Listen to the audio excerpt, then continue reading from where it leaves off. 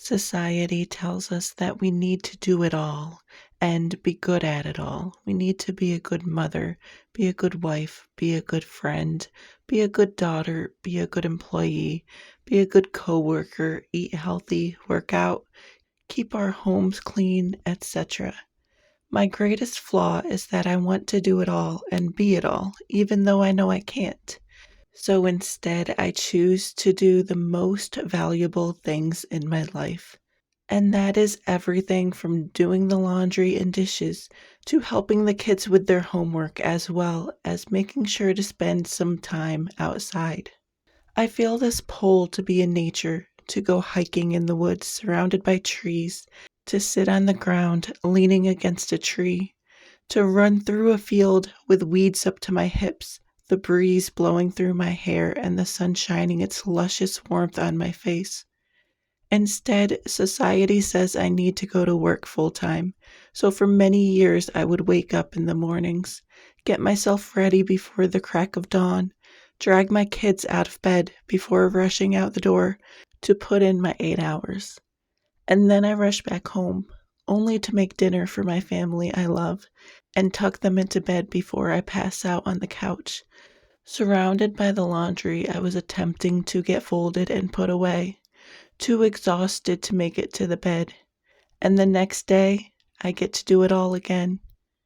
There's always the hope of tomorrow, until you find yourself waking up 10 years later in the same exact life, still not finding time for that state park that we believe will always be there, whenever we are finally able and ready to make it there.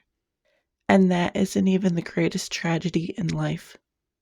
The greatest tragedy is that we are raising our kids to live the exact same life, never having time for the things that can wait until tomorrow. How long will we really have? How long will nature wait for us? When is enough for us to make time for tomorrow today? There is a polarizing pull on us every day of our lives. On one side, we abide by societal norms. We keep our kids clean and fed, the house tidy, and occasionally we find time to show our spouses that we still love them, or at least know they're still existent in our lives. On the other side, we are pulled to be free, where the wild things grow, surrounded by the beautiful living beings that were made only to thrive and live a full life, if only for a moment, no matter how short it may be. Where is the balance? I feel like we all belong somewhere on the sliding scale, most likely leaning more towards the natural and free side.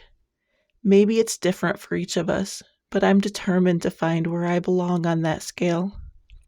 I may bend a little bit and get a tiny fracture, but I have yet to reach my full breaking point. I refuse to give in fully to societal norms. There has to be a balance met somewhere between.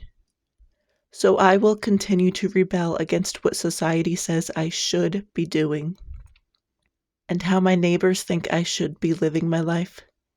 Instead, I will continue to test those waters.